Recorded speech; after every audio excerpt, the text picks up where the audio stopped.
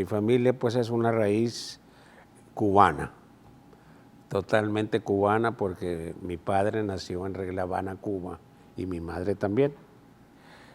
Pero pues siendo pelotero desde los 18 años. Entonces, al entrar a Estados Unidos a la Segunda Guerra Mundial, empezó a jalar a los peloteros del Caribe. Y es ahí donde se va pues con todos pero se va desde 1942, 43 y empieza en AA, en Little Rock, empieza también en Minneapolis.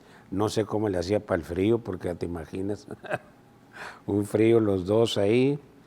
Y pues ahí aprendió mucho béisbol. Lo fuerte de él era bateador natural, primera base, zurdo.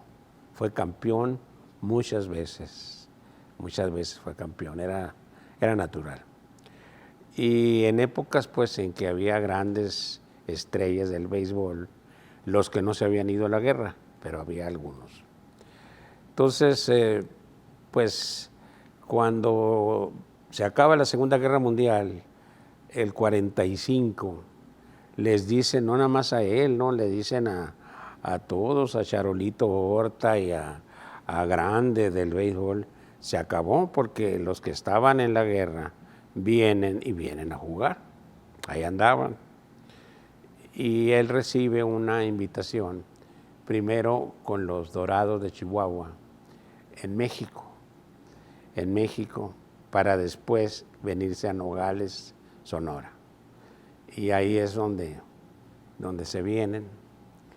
Yo nací, pues mira, en Estados Unidos. Me registraron en Nogales, Arizona. Pero hay veces, como en aquellas épocas, ¿no? A veces, si estás en un ambiente totalmente sin familiares, ningún primo, ningún familiar, nada, pues haz de cuenta que éramos pues 3 cubanos, ¿no? La característica de mi papá cuando llega a Nogales, inclusive fueron campeones, pues era exigir que las reglas se aplicaran, las reglas del béisbol profesional. Eran tiempos en que por ejemplo, un umpire te decía, en Nogales ganan los de Nogales, ¿no? No hay reglas. Y eran unos pleitos tremendos. Y ahí es donde pues empiezo yo a ver que hay que defender que se sigan las reglas. Y costó mucho trabajo, pues porque no había avanzado el béisbol tanto en México. Estamos hablando de 1946. Entonces, ya cuando se viene, Nogales fueron campeón, se viene para Hermosillo, y aquí lo contrata pues Fernando M. Ortiz, que quería profesionalizar pues al equipo, a los naranjeros de aquella época. Y aquí empezamos, pues aquí empezamos, y qué te diré, pues los mismos pleitos y problemas. El dueño del equipo cree que es el que manda, porque él paga. Entonces, siempre en esas épocas que no había sindicato de peloteros, que inclusive pues era otro béisbol, los spikes eran de fierro, no había tanto protector, no había máscaras, había una máscara de fierro. En esas épocas era un béisbol de veras auténtico y agresivo. O sea, los buenos bateadores, quiebrale un brazo, le tiran a matar. Era cosa seria la cosa, ¿no?